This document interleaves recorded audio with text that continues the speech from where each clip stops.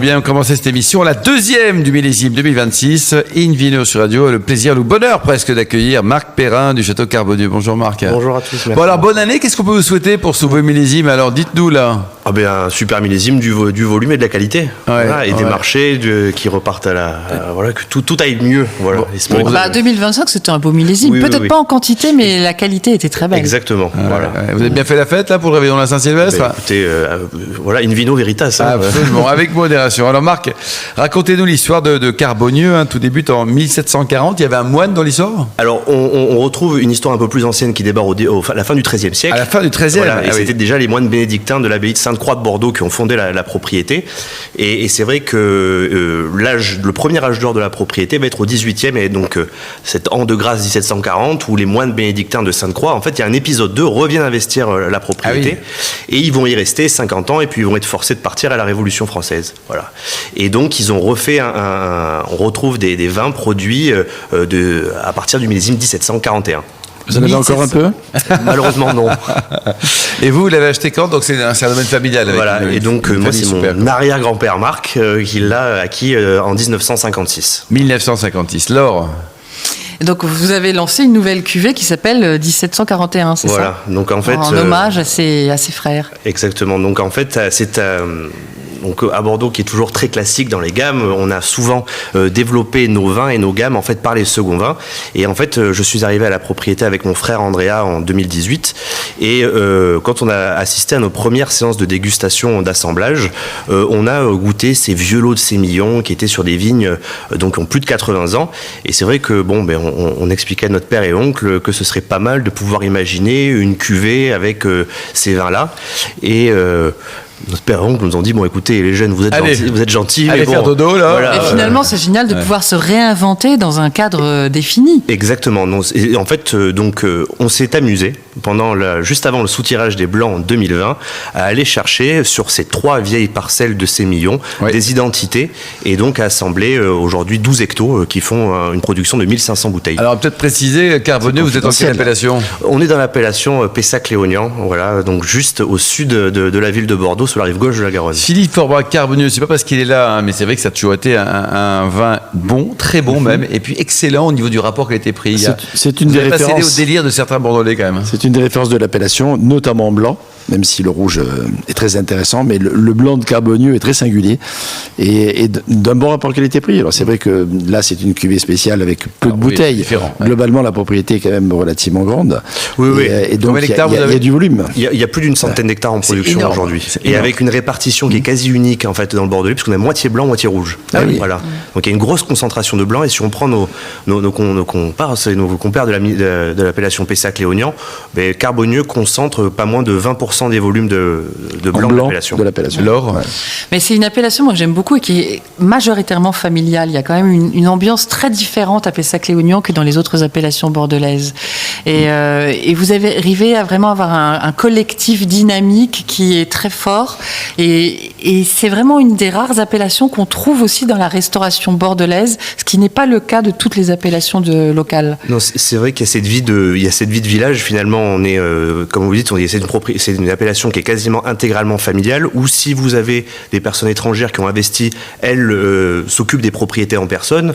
Je pense à la famille Wilmers à Aubailly, je pense à Monsieur Pichet au Carme-Aubryon. Et c'est vrai qu'en fait, c'est par des vagues d'immigration successives dans notre appellation, comme nous d'origine pied-noir, qui sont venus dans les années 50, et en fait, chaque propriété a apporté son dynamisme. Je pense évidemment à la famille Catiard, qui fin des années 80, début des années 90, aujourd'hui, qui est une véritable non, mais c'est une affaire familiale. Et c'est une affaire familiale. Et en fait, tout le monde s'entend bien, les enfants se connaissent, les générations. C'est assez homogène, c'est avec de Ben de Chevalier, il y a vraiment ils sont plutôt tous bons les vins, non? Tout à fait, il n'y a pas de mauvais, quoi. Non. Ou sinon, il faut les citer. Voilà, non, en fait, c'est un groupe qui essaie de se tirer vers le haut. Aujourd'hui, et tout le monde joue le jeu. On a récemment, l'année dernière, fait une dégustation avec l'Union de la sommelière française, de Aubryon à Carbonieux, et tout le monde était là.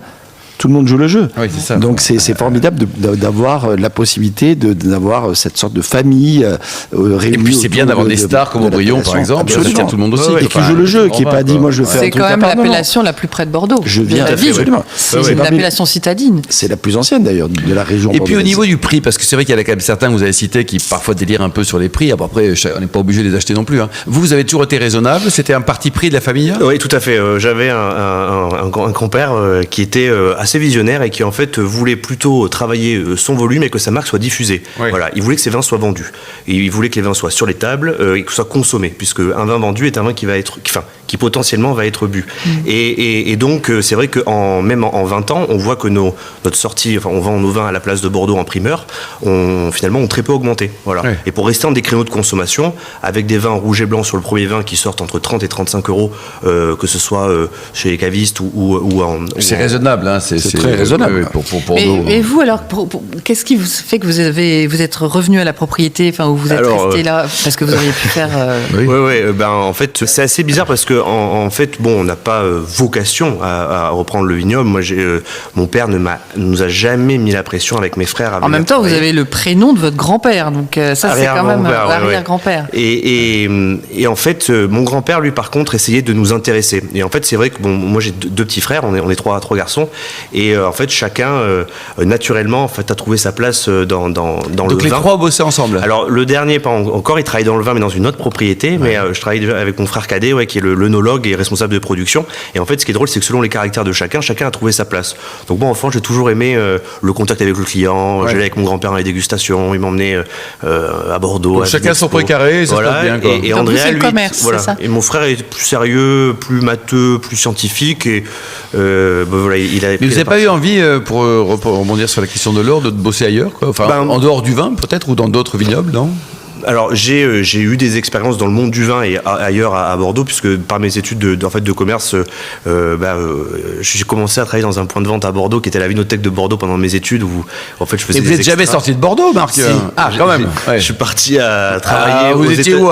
Vous étiez C'est bien à d'être Cahors. fier d'être bordelais aujourd'hui. Non, je suis parti aux États-Unis à New York, voilà. où j'ai travaillé pour le grand caviste qui a fermé depuis Sherry Lehman. Après, je suis venu travailler dans la ville de Lumière. J'étais chez Lavinière dans ma dernière année d'études. Et après aussi, pendant le Covid, malheureusement, les affaires commerciales étaient plutôt renfermées. Et j'ai repris mes études et j'ai fait le diplôme de manager de domaine viticole à l'école d'agro de Bordeaux. Et je suis allé faire une vinification dans la Clappe, puisque de par ma mère, je suis biterrois. Biterrois, mais c'est bien ça. Et alors donc, qu'est-ce que vous souhaitez pour l'année prochaine, enfin pour cette année d'ailleurs? Écoutez, qu'on soit encore là l'année d'après. Mais Pessac-Léognan, c'est normalement, je crois, j'avais regardé les chiffres du marché, c'est un marché très français. Oui. Alors si on prend le marché, la Nouvelle-Aquitaine, si on prend Paris et le nord de la France, vous avez près de 80% des volumes de l'appellation qui sont distribués. Oui. Et en fait, c'est pourquoi? Historiquement, en fait, alors la région bordelaise est très travaillée, alors par le négoce, par des agents, et on dit qu'on est le vin préféré des Bordelais. Vous retrouvez toujours une bouteille de Pessac-Léognan sur les tables à Bordeaux. Après, donc il y avait la restauration parisienne aussi, qui, avec les ramifications avec le négoce, était toujours très bien distribuée. Et le nord de la France, c'est par les foires au vin, avec la grande distribution qui draine aussi les Belges, qui est le premier marché à l'export de Pessac-Léognan. Il faut rester dans la veine française, même si on peut aimer et ça, après, le grand export est plutôt amené par les crus classés de Grave. Bon, température de service d'un carbonieux blanc, vous le conseillez à combien? Et pareil pour le rouge? Je dirais 10-12 pour le blanc, histoire de que ce soit pas trop frais, encore une fois, pour fermer les arômes, puisqu'on a quand même des vins qui sont à un tiers avec du sémillon, qui est un cépage qui apporte du gras. Ça peut dépendre du millésime. Exactement, Oui, tout à fait. Sur des vins jeunes, on peut un peu plus de fraîcheur. Sur les vins plus épanouis, je trouve qu'il faut en profiter dans leur ampleur. Et pour les rouges, mon grand-mère disait toujours température de chambrée, 18 degrés. Elle pouvait être froide, des chambres aussi. Voilà. Bon, génial. Écoutez, il y a un site internet, une adresse peut-être pour prendre enseignement sur ce château Carbonieux, l'une des stars de Pessac-Léognan. C'est carbonieux.com. Voilà. Merci Marc Perrin, merci Laure Gasparotto et Philippe Orbach. On se retrouve dans un instant avec le Vino Quiz pour gagner des très jolis cadeaux en jouant sur invinoradio.tv.